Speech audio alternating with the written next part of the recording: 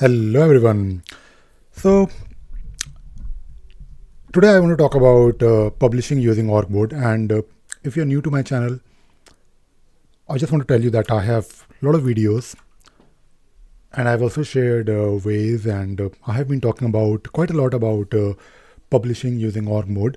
Now, uh, this is something that I started doing, I believe, around 3 years ago. So basically, if you're new to org mode, or if you're new to, let us say, exporting your org files to PDF or maybe HTML. Of course, you can generate an HTML file from your org file, or you can generate maybe a PDF using LaTeX export. But you can also not only create but also maintain and publish an entire website, and you can actually publish it like a regular blog using nothing but org mode. And I'm making this video because I just want to give you my 3-year update. So around 3 years ago, I started playing with this idea of let us publish a blog, and the reason is that I have I still have like a lot of Drupal based websites, and I used to do Drupal development for my clients, and some of my sites, my own sites, are even right now they are in Drupal. In fact, my own website ravisagar.in, my company's website sparksys.com, I do have like a couple of other domains. They are still on Drupal because that is a requirement. But I was not really updating a lot of my other sites, and Drupal is no longer an easy CMS or CMS based framework to maintain. You have to keep on updating your Drupal website, and I thought, okay, let us try something else. So it was not only 3 years ago that I started doing this conversion of my Drupal based websites to simple HTML based websites. In fact, around 5 years ago, I started playing with the different static site generators. So I've tried Jekyll, I've tried Hugo, I've also tried Grave. I think Grave is the right word. I've also tried Known, and around 4 years ago, 5 years ago, I came in. I was introduced to this idea of indie web.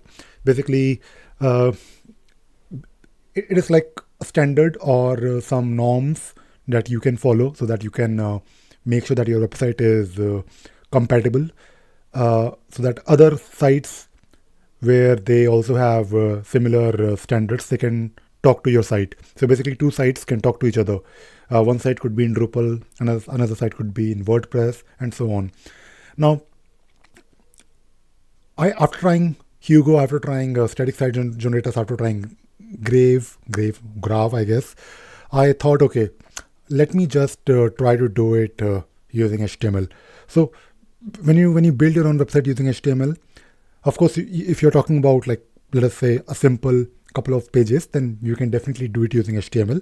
In fact, one of my website, ravisagar.com, is nothing but 1 or 2 HTML files with some JavaScript, and that is it. I don't really have any other fancy CMS which is running this website. And this site is something that not only you can create using HTML, which is obvious, but you can also host it for free on maybe GitLab. So I host this on GitLab. Now the thing is that if you're not really updating this site a lot, then it is fine. Like if it is a simple site, HTML based site, then it is definitely maintainable. You can also use Bootstrap or some framework or some template. But I also want to keep on updating something on my website. For example, I do talk about Emacs, I do talk about Arch Linux, I do talk about different things that I do. And apart from my main website, ravisagar.in, this site, ravi.pro, is something that I have been updating, maintaining, using nothing but org mode.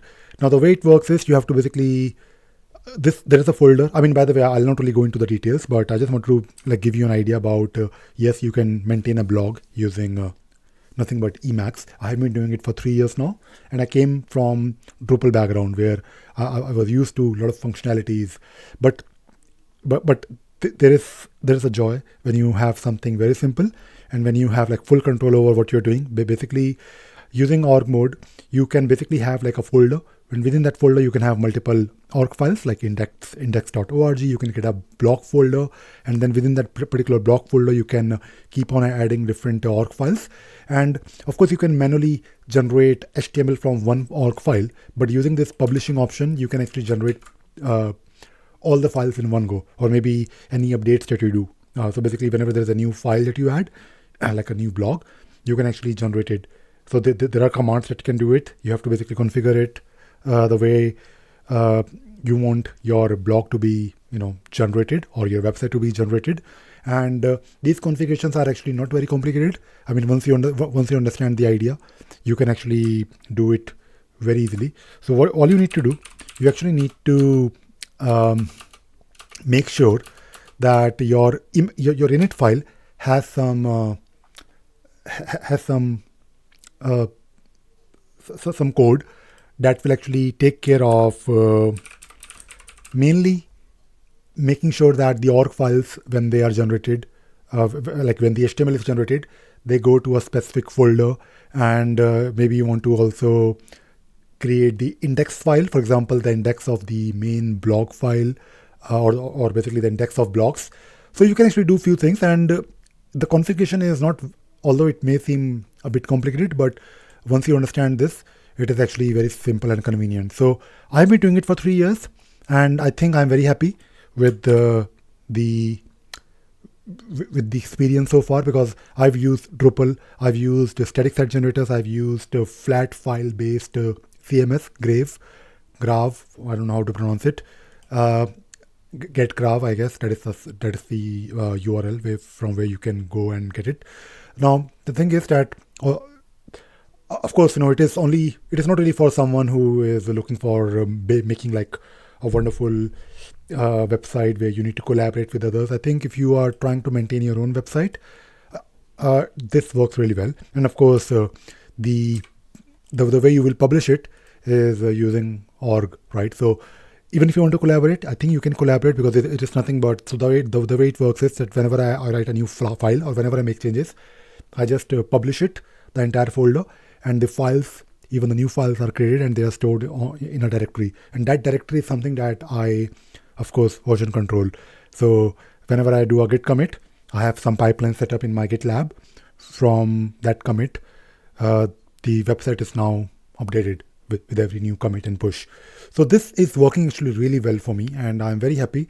And although I've made like a lot of videos on this particular topic, but I think it has been 3 years now, and I thought, okay, let me just give you an idea that yes, it is working totally fine for me. I don't really have any complaints, of course, for a simple site like this. For my main website, where I have to organize my videos, I have to create categories, I need search functionality, then there is no match of Drupal. Drupal is definitely the one. It's definitely the CMS that you need, or something similar. I'm sure you are familiar with WordPress, but for very simple things, you can definitely take a look at org mode. So that is it. That is all I wanted to talk about today in this video. I hope you enjoyed watching this video and you learned something new. Thank you very much. Bye bye.